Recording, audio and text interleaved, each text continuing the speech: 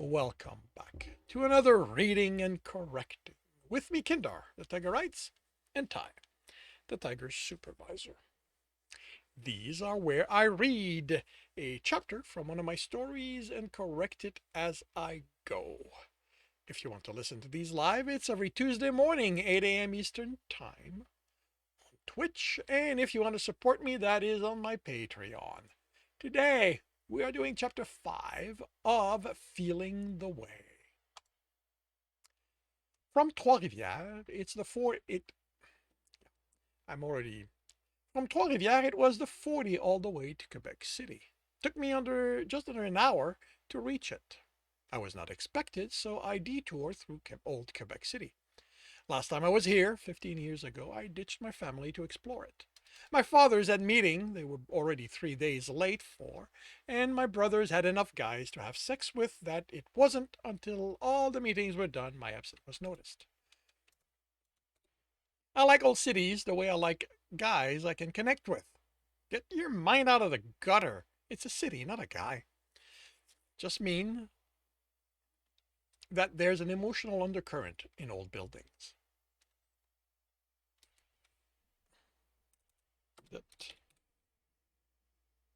That that wasn't yeah that no I can't. That's not an empathy thing. It's a history thing. So much happened, so much happened, and in cities that take care of their older parts, you can see it in the walls in the street, and Quebec City is quite proud of its past. When they found me, my fathers were livid. They were afraid I'd been taken. It never happened, but my family had enough. Yeah, that's family has enough enemies.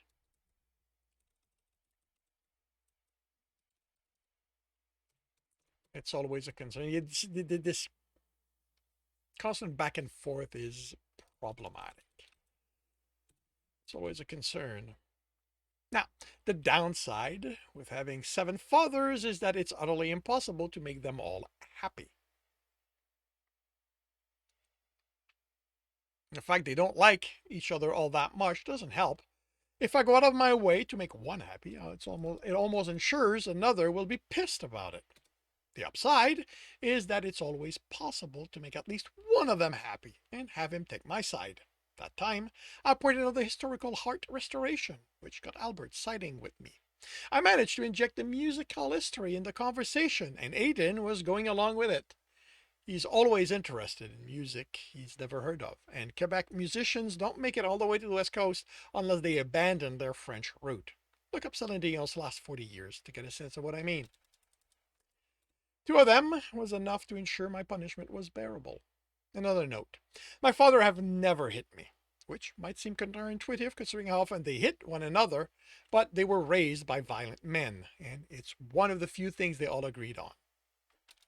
They all agree on. We would never experience that. The closest we get is if we piss off Aaron or Arnold, there's going to be a comma right here. They drag us off to a particularly intense sparring match where I get to give as hard as I receive. I spent 4 hours walking the narrow street, joining an ongoing tour and explored war tunnels. Me and a guy might have gotten sidetracked in there. Afterward, we had a mid-afternoon meal at Legende. I paid. Then I headed to my destination, the Chateau Frontenac. If you are someone who enjoys historical architecture, you have to see this place at least once in your life. If you can afford it, I'd even recommend spending a night there. They did a full restoration in 2053, taking it down to the stonework, repairing it, and reconstructing it, making sure nothing modern was apparent. Stepping in is like going back to the late 19th century. The chateau is a hotel, a luxury one, but it's also the home of the Carbonneau family. They took it over in 2053, and they are behind the renovation. Plural. It's also the year they took over the province, although even now they keep that quiet. I parked my motorcycle under the chateau, locked it, and rode the elevator to the lobby. The elevator was designed to look like a metal cage, but the ride was smooth. The lobby was large, all polished marble, brass, and rich wood. The carpet the carpets looked old from being walked on so much, but it just added to the air of authenticity. The clerk behind the black marble counter was a hare, and she smiled at me as I stepped.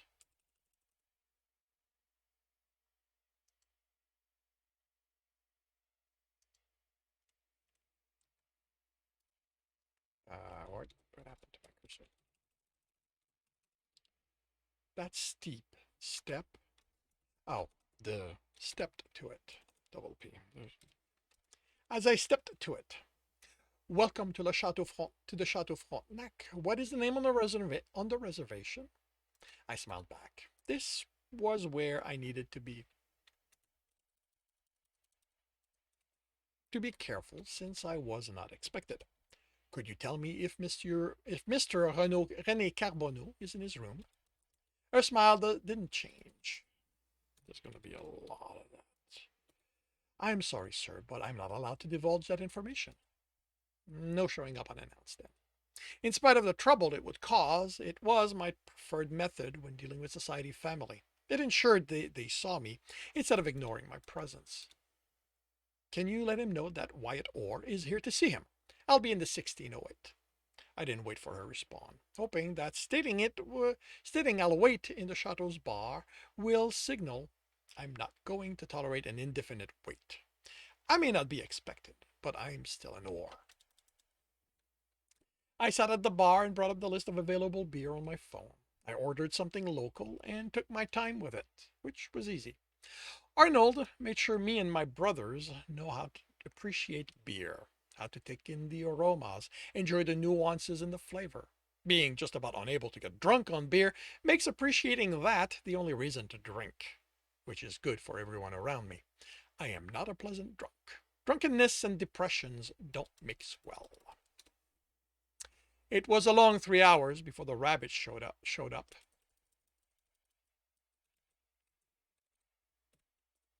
3 hours of slowly drinking alone. For as beautiful as the chateau was, at $15 for the cheapest beer, it didn't attract my kind of crowd. I don't mind a rich businessman or the son of a wealthy family. A guy is a guy, and I will talk with any of them because I never know where the one I'll connect with will be, but they mind me. They are the ones who mind me. I don't dress the way I should. My jeans are in good condition, but they are worn. I don't have a tie or a cravat or a bolo. My jacket is old. It was a gift from Paul, and I get it repaired rather than replace. I don't look the rich socialite that they crave. The rich socialite they crave. On bad days, I give serious consideration to dressing the part of being one of them, just so they'll pay attention. They'll pay attention. They'll pay me attention. They'll pay attention to me.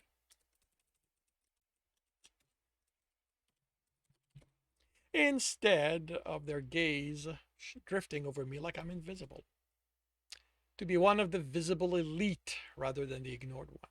To walk among the rarefied air they seem to enjoy. To not just know I'm special, but to be treated as such. To have the guys falling into my bed because they want to touch what I am. It never lasts. If I did it, it would be an act. In my family, pretension never survives. I'm not saying none of us can be that kind of rich. Aiden can wear a suit like no one else, but that's what he prefers over anything other than being naked. But I'm a jeans and shirt and jacket kind of guy. I'll wear a suit if the situation requires, but I'll never be the kind of guy who is at ease in one. The rabbit was in a suit, but his attitude marked him as security, not socialite. He looked the room over, and I could hotel, he was evaluating everyone here. And no, that's not needed. He was evaluating everyone. When his gaze fell on me, it didn't drift past. It stopped. He stiffened, tightened his lips. I am an Orr.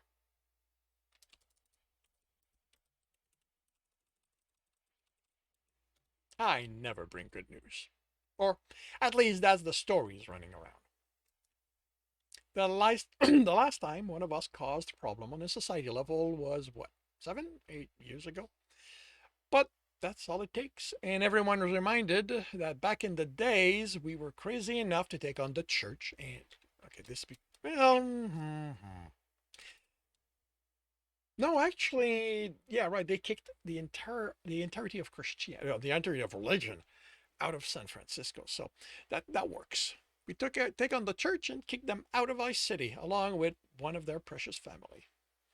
That one took our that one of ours took over the church and went to war with the society. With that kind of history, no one really wants us around, but they're too scared of us to tell us that to tell to tell us that to our face. Mr. Orr, the rabbit said in English. That's, yeah, back to past. If you'll come with me, Elder Carbonneau, we'll see you now. One thing I can say about being feared, it makes others respect you. I'm not one to demand respect, but I'll definitely take it when it's offered, no matter the reason. Lead the way, I answered in French, and I'll return it. The rabbit led me to an elevator where, instead of punching a number, he used a keycard. And enter the code.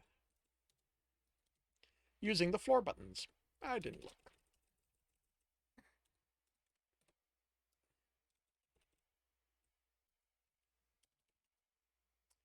Unknown to the public, there are 3 hidden floors within the chateau. One of the things the Carbonneau family made happen during the renovations. When we stepped on the first of those floors, you know what? That's going to become when we stepped on, and that's going to be onto. Onto the first of those floors, there was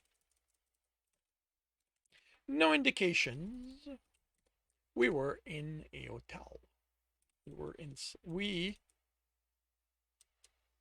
indication we're inside a hotel. The floor was loud with kids running down the hall. The smell of sex was thick, and with it something spicy. Identified as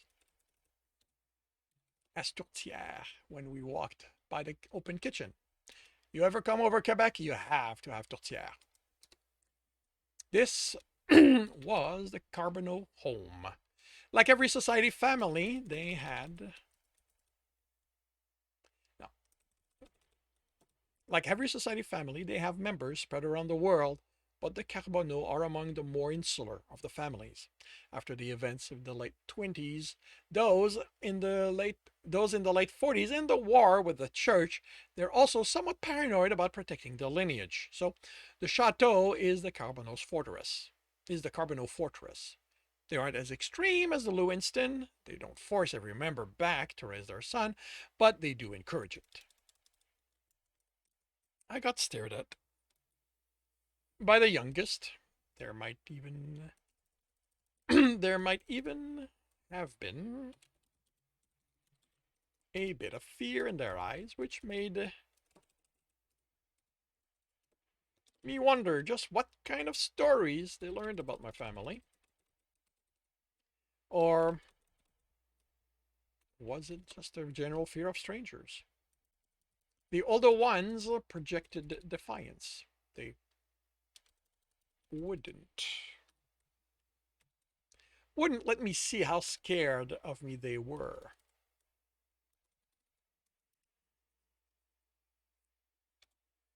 How scared they were. How scared they were of me.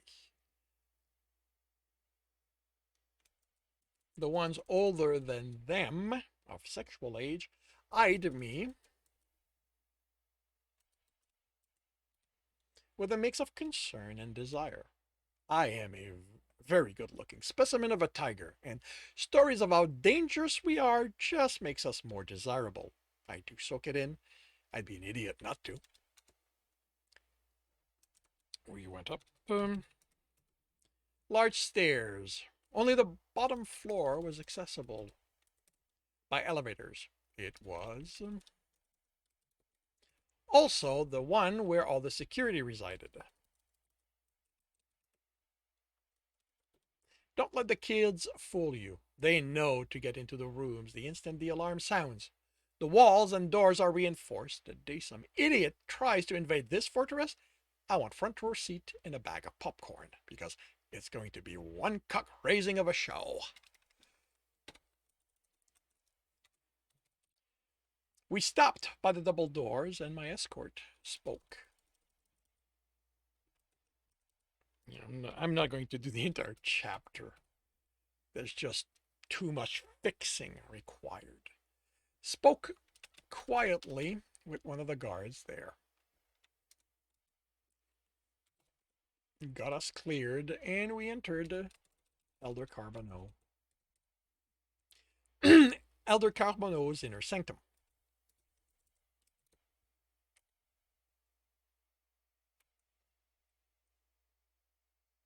It was a mix of an office, lounge, and bedroom. It followed the theme of the chateau, with white marble floors, Persian carpets marking the various areas in the room. The walls were some redwood I couldn't identify. I do have my limits.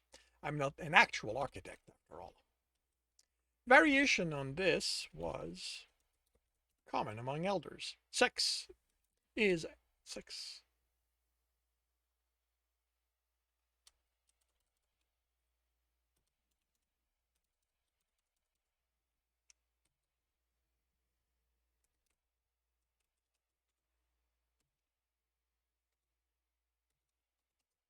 Sex is an integral part of the society and is integrated.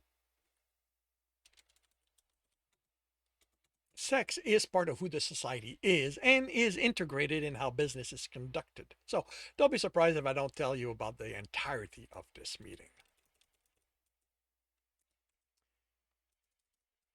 René Carbonneau was in his 60s, a gray rabbit with some black around the eyes and ears. He wore a sleeveless silk kimono that showed his muscular arms. It was open, so I could also see his pecs. Defined under the short fur. He was a good-looking man. All men within the society are good-looking and in good health. They might not match your personal taste, but we do take care of ourselves. Sex is great exercise, and because it's a mark of honor to our God, we tend to be the attractive ones, the active ones when we do it. He sat behind his antique-looking desk, a darker wood with silver inlay, reading a tablet, which indicated the desk might be an actual antique.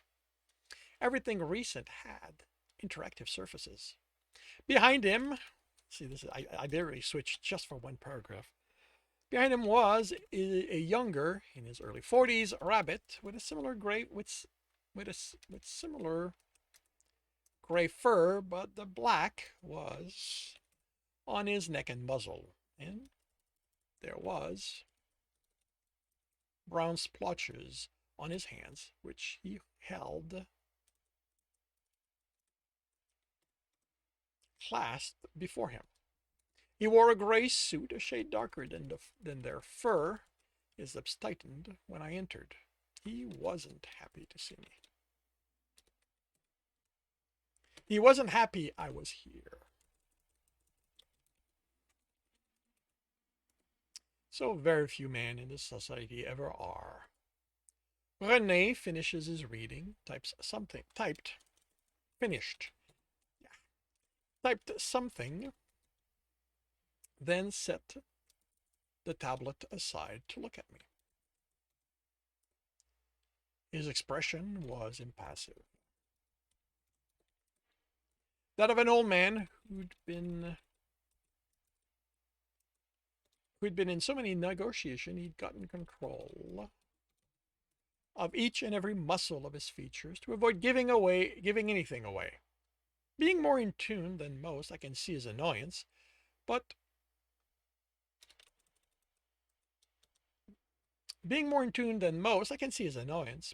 there is no dislike. The interruption, not me, caused the annoyance. I inclined my head in the stretching silent. Elder Carbonneau, I am Wyatt Orr. The rabbit studied me before answering. I am aware of who you are, Mr. Orr. You speak for your family. That's a bit of an exaggeration. I have more leeway than my brothers when it comes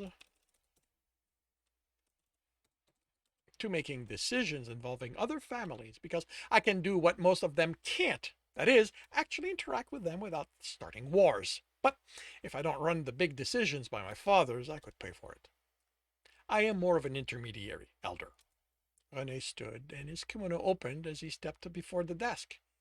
You might think this is a power move to try to unnerve me, but within the society, that's basically the equivalent of a handshake. Nakedness is normal for us. That doesn't mean I didn't smile in appreciation at what I saw. René Carbonneau is definitely a good-looking man. Then tell me, Mr. Orr, what is it the Carbonneau family can do for you? My eyes flicked to the low bed while I kept my mouth from voicing the accompanying desire.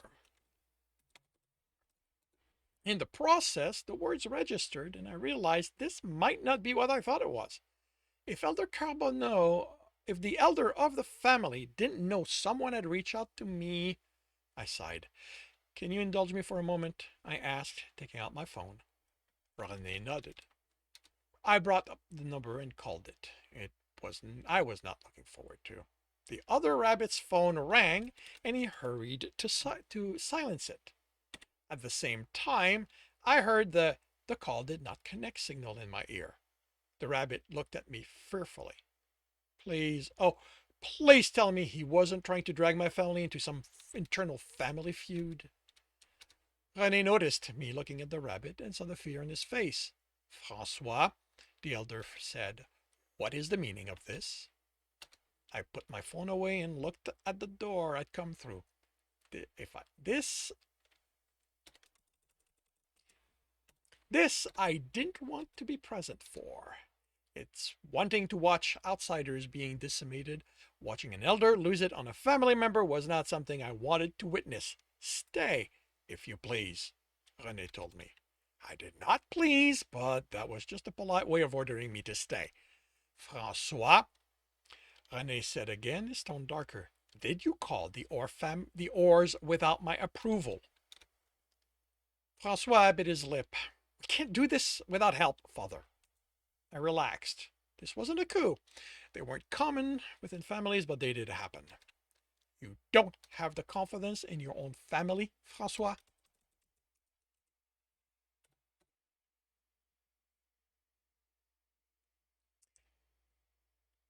That's not about that, father. The McDonald's have always opposed our independence.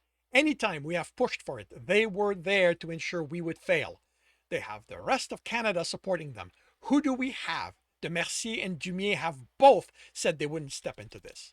So you turn to the Orr. They are no more francophone than the rest of this country. Belatedly, Rene turns to me. I mean no offense. Sure you don't, old man. But they are feared, Francois replied. Fear does come in handy at times.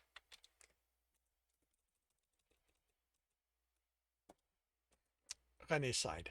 This isn't how I do things, Francois. You know this. You had no right disturbing them. If I may, I said, figuring Francois could use some slack in his rope. Francois didn't actually ask me to come. He didn't leave a message. I thought it was too sensitive for one, which is why I came. It is indeed sensitive, Rene said, but Francois should not have made the call without telling me first. You wouldn't have let me, father. We do not need another family's charity. I snorted and got glared at. I deserved that. But really, since when does my family do charity? See, father, Francois stopped as the glare turned on him. Rene closed his eyes and rubbed his face. Maybe you can tell me what you're looking to do? Francois mentioned independence, but I think it's been established that you can't break from Canada. Rene waved it aside. I have no interest in breaking from the country. For all the problems Ontario causes us, there is a balance. One you just love to rock, I thought. You know what? I'm in his head. I don't need to say that. What I am looking to do is assume control of Quebec. I thought you already did. You have family members in the Premier's office. I was under the impression she did nothing without your approval. He waved that aside too. I run things behind the scene. It is slow, ineffectual on the important things. And Premiere Longueuil is not as obedient as she likes me to believe. She has her own plans and believes she is using me to achieve them. I am tired of playing games, but Douglas keeps interfering. If I make Quebec my province officially, he will have to stop. And what would you expect my family to do? Rene considers my question, then looks at Francois. Well, son, did you think this through, or did you just hope I would have all the answers? Francois looked taken aback. I figured that if they were announced their support, if they were to announce they support your plan, it would be enough. No one will want to antagonize them. I shook my head. My grandfather's generation and anyone before them, maybe. My fathers are being careful to cultivate a more controlled aggressiveness. We have not been the aggressor in decades. Even the Tucson incident was a response to us being attacked. If my fathers agree to support you, they will have to act on your behalf, not simply have me sit on the meetings and look threatening. I see, Rene said. And would they be willing to? Even